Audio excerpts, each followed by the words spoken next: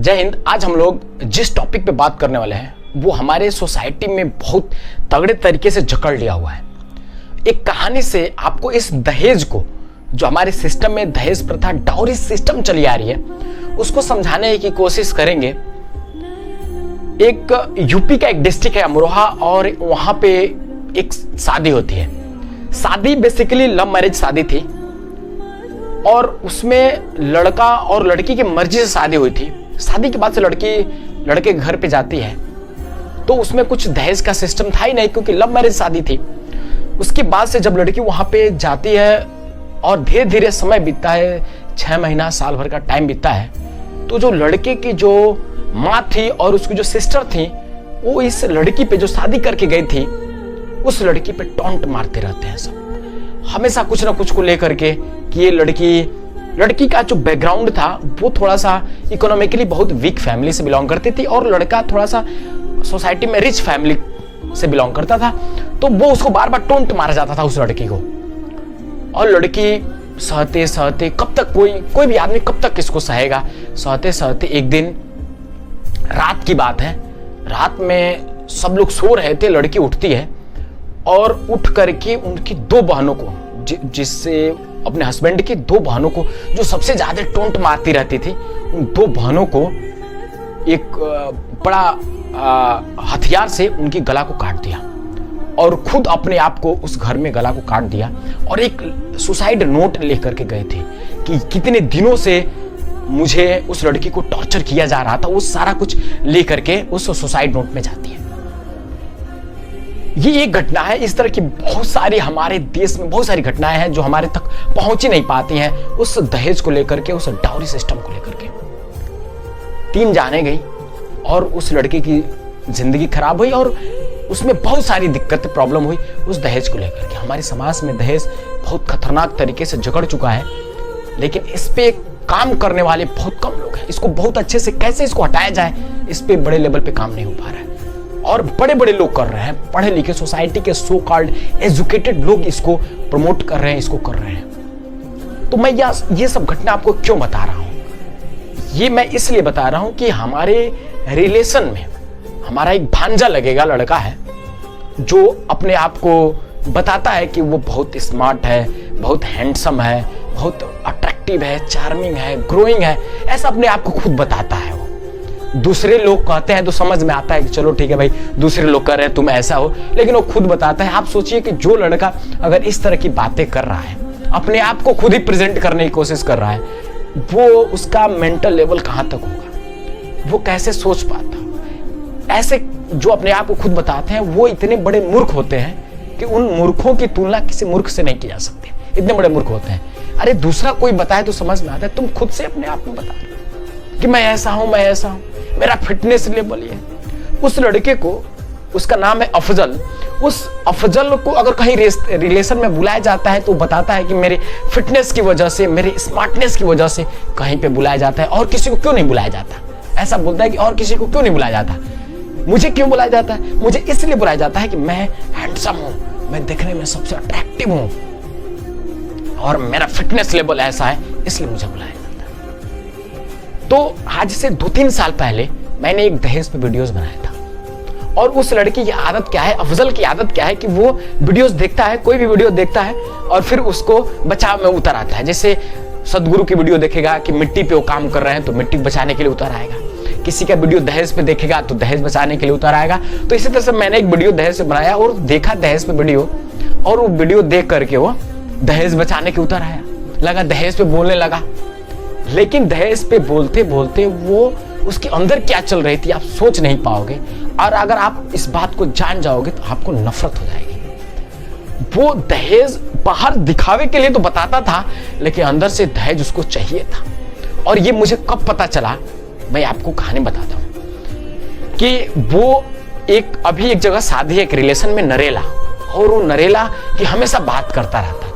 जब टणवा शादी थी तो नरेला के लोग आए हुए थे टणवा की शादी में, तो वहां एक लड़की को देखा, उस फैमिली को देखा, तो उसको लगा कि यार ये फैमिली बहुत पैसे वाली फैमिली है और उस लड़की से अगर शादी हो जाती है तो इतना सारा पैसा मिल जाएगा। कहीं उनका नोएडा में घर है, वो घर नोएडा का घर मिल जाएगा, इस वजह से उस लड़की के चक्कर में अपने आप को ऐसा बताने लगा, अपने आप को दिखाने लगा, उस लड़की को अपने ट्रैप में फंसाने लगा कि मैं अट्रैक्टिव हूँ। उसका नंबर ले करके अपने आप को, अपने फोटोज खींच करके भेजने लगा कि मैं हैंडसम हूँ, मैं फिटनेस हूँ, ऐसा भेजने लगा उस लड़की से शादी करने के लिए, ताकि मोटा रकम मिल जाए।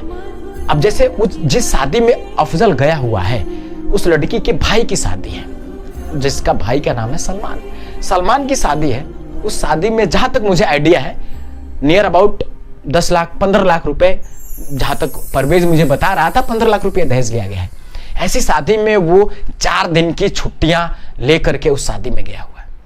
अगर मैं होता तो मैं ऐसे शादियों को बैकआउट करता, जहां पे इतनी मोटी रकम लेकर के शादियां होती हैं, जो इस्लाम के पर्सपेक्टिव से बिल्कुल गलत है। अगर वो लोग भी इस वीडियो को देखेंगे, उनके पास वीडियो जाएगा, अगर वो लोग भी इस वीडियो को देखेंगे तो उनको भी ये अच्छा नहीं लगेगा कि वो लोग दहेज लेकर शादी कर रहे हैं। लेकिन कहना तो पड़ेगा ना, क्योंकि इस्लाम में बिल्कुल दहेज एकदम गलत माना गया है। इस्लाम के पर्सपेक्टिव से दहेज एकदम नाजायज है, लेकिन लोग लेकर के कर रहे हैं।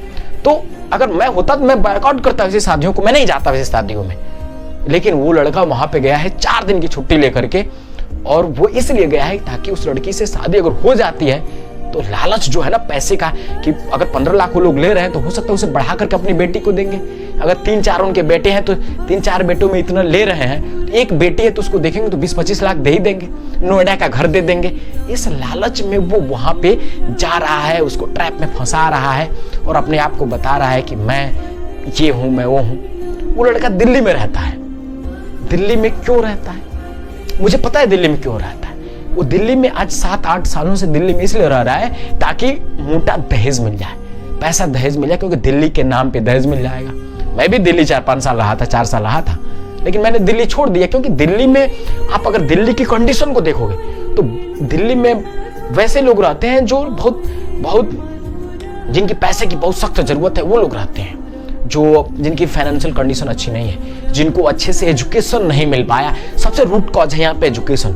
अगर गरीब आदमी है, नो डाउट गरीबी सबकी हो सकती है, मैं भी गरीब हूँ, लेकिन एजुकेशन सबसे ज्यादा जरूरी है। अगर गरीब आदमी को एजुकेशन मिल जाए ना, तो एजुकेशन के बल पे वो कुछ भी कर सकता है।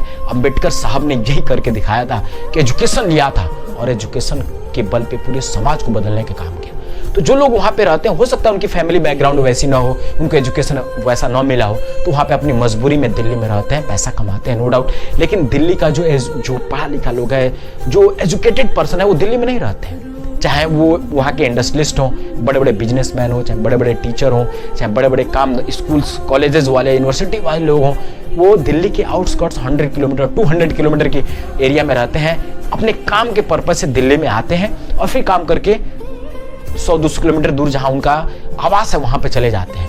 अगर दिल्ली में कोई प्रॉपर रहता भी है, अगर कोई बड़ा बिजनेसमैन, कोई बड़ा इंडस्ट्रियलिस्ट, कोई बड़ा आदमी रहता भी है, तो वो अपने घर को इस तरह से डिजाइन किया हुआ है कि उसमें एयर प्यूरिफायर लगाया हुआ है, और एयर प्यूरिफायर की वजह से प्रॉपर ऑक्सीजन मिल रही है, तब वहां पे रह रहा है। अगर आप दिल्ली में, ये डेटा है, ये गवर्नमेंट का डेटा है कि अगर कोई दिल्ली में 5 साल तक रहता है तो उसकी 1.5 साल तक उम्र कम होती है। आप सोचिए कोई 10 साल 15 साल 20 साल रह जाए तो उसकी 4-5 साल उम्र कम हो जाएगी। इस तरह का कार्बन इमिशन हो रहा है दिल्ली में, और कार्बन लेवल इतना बढ़ रहा है और ऑक्सीजन लेवल इतना कम हो रहा है कि आदमी को वहां पे शुद्ध ऑक्सीजन नहीं मिल पा रहा है। तो मैं भी दिल्ली में रहता था, दिल्ली को छोड़ दिया, नो डाउट। मैंने भी, मेरी फाइनेंशियल कंडीशन अच्छी नहीं थी, लेकिन मेरे पास एजुकेशन थी, और एजुकेशन से बल पे मैं गांव में जो भी कुछ कर रहा हूं मैं खुश हूं, मुझे उसमें कोई डाउट नहीं है। तो वो दिल्ली में इसलिए रहता है कि दहेज लेना है, पैसा कमाना पर्पज है। ऐसा नहीं कि वो फैमिली से बहुत वीक है, नहीं, लेकिन दिल्ली में बस कि दहेज मिल जाए, दिल्ली के नाम पे दहेज मिल जाए, और दिल्ली में रहता है। और उसके बाद से वो दहेज लेने के लिए, जब मुझे ये पता चला कि वो उस शादी में जा रहा है और पठानी सूट कपड़ा सिवा रहा है, ये कपड़ा सिवा रहा है, ये जींस खरीद रहा है, तब पता चला कि वो सिर्फ वहां पे दिखाने के लिए, ताकि ज्यादा से ज्यादा दहेज। और वहां पे ऐसे लोगों से जो दिखावे कुछ और करते हैं और अंदर से कुछ और होता है, ऐसे इंसानों से हमें, यही इंसान दहेज को बढ़ावा देते हैं, जो बाहर से दिखाने की कोशिश करते हैं कुछ और, अंदर से होते हैं कुछ और। ऐसे लालची आदमी, ऐसे ग्रीडी पर्सन से हर आदमी को सतर्क रहना चाहिए।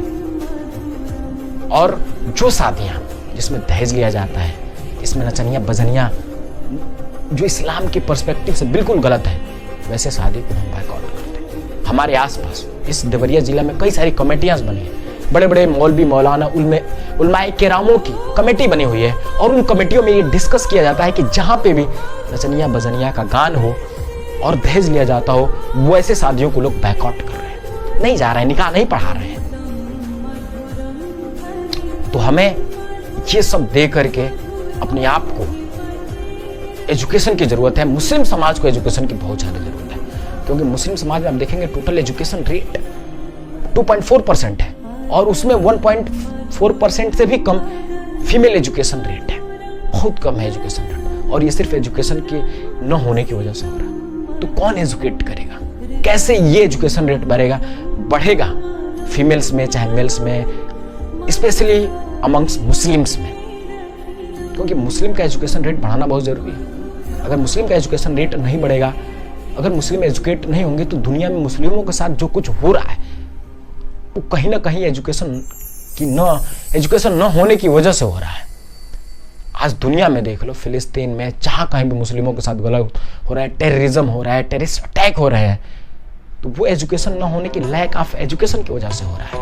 और हमें उस पर आवाज उठाने की जरूरत है, और मैं इसको करके रहूंगा, चाहे जो कोई भी कुछ भी बोले, कि एजुकेशन आप एक टाइम मत खाओ, लेकिन अपने बच्चे को एजुकेशन दो। पैसा टेम्पररी टर्म के लिए ठीक है कि आप अपने बच्चे को भेज दे रहे हो दिल्ली, मुंबई, गुजरात, लुधियाना, पंजाब जाकर के टेम्पररी पैसा कमाएगा, लेकिन वो जो गुजरात और दिल्ली और मुंबई और लुधियाना जाकर पैसा कमाएगा ना, वो जिंदगी भर उतना ही पैसा कमाता रह जाएगा, और उसकी बच्चे पढ़ नहीं पाएंगे, उसके बच्चे भी उसी ट्रैप में फंस जाएंगे, और पूरी जनरेशन अनएजुकेटेड रह जाएगी। यहाँ पे एक और पॉइंट को मैं क्लियर कर दूं कि कोई मुस्लिम समाज का बच्चा अगर, या कोई भी बच्चा, किसी भी कम्युनिटी का बच्चा हो, किसी भी रिलीजन का हो, अगर वो जा करके दिल्ली, मुंबई और लुधियाना, गुजरात कमाता है, जो पैसे का लालच हो जाता है ना, वो उसको आगे बढ़ने नहीं देता है, क्योंकि वो एक कंफर्ट जोन में आ जाता है कि चलो महीने का इतना इनकम आ रहा है, घर का खर्चा भी चल जा रहा है, हमारा भी चल जा रहा है, कोई दिक्कत नहीं।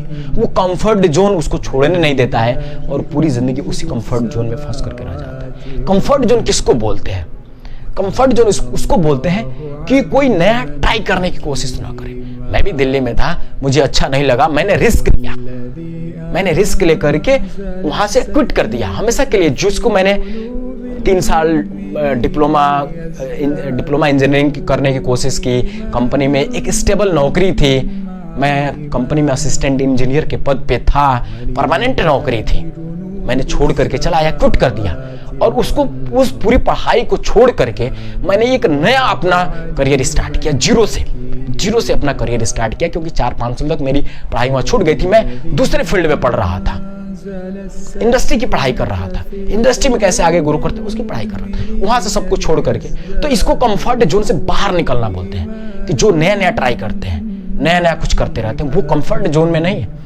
जो एक बार जाकर के सेटल हो जाए और कुछ पैसों के लिए, शुरुआत में ठीक है, पैसे मिलते हैं, अच्छा लगता है, लेकिन वो कंफर्ट जोन में हमेशा के लिए वो फंस जाएगा, क्योंकि वो नया कुछ करने की कोशिश ही नहीं करेगा, नया कुछ ट्राई करने की कोशिश नहीं करेगा, और 8 साल 10 साल उसी में गुजार देगा, धीरे धीरे पूरी जिंदगी उसी में जाएगी। तो कंफर्ट जोन किसको बोलते हैं, ये भी हमें समझना पड़ेगा। तो इस वीडियोस में बस इतना ही, दहेज पे फोकस करके मैंने बात किया। अगली वीडियोस में मैं बात करूंगा कि इस्लाम में कैसे शादी करनी चाहिए, इस्लाम के पर्सपेक्टिव से शादी कैसे करनी चाहिए, क्या क्या तरीके होते हैं शादी करने के, कि शादी मस्जिद में होनी चाहिए, और लड़का मेहर दे, लड़की की तरफ से कोई दावत नहीं होनी चाहिए, और शादी लड़के की तरफ से कम लोग जाएं, बारात नहीं होना चाहिए। ये सब के बारे में, शादी का आइडियल तरीका इस्लाम के पर्सपेक्टिव से क्या होना चाहिए, इसके बारे में हम अगले वीडियो में डिस्कस करेंगे।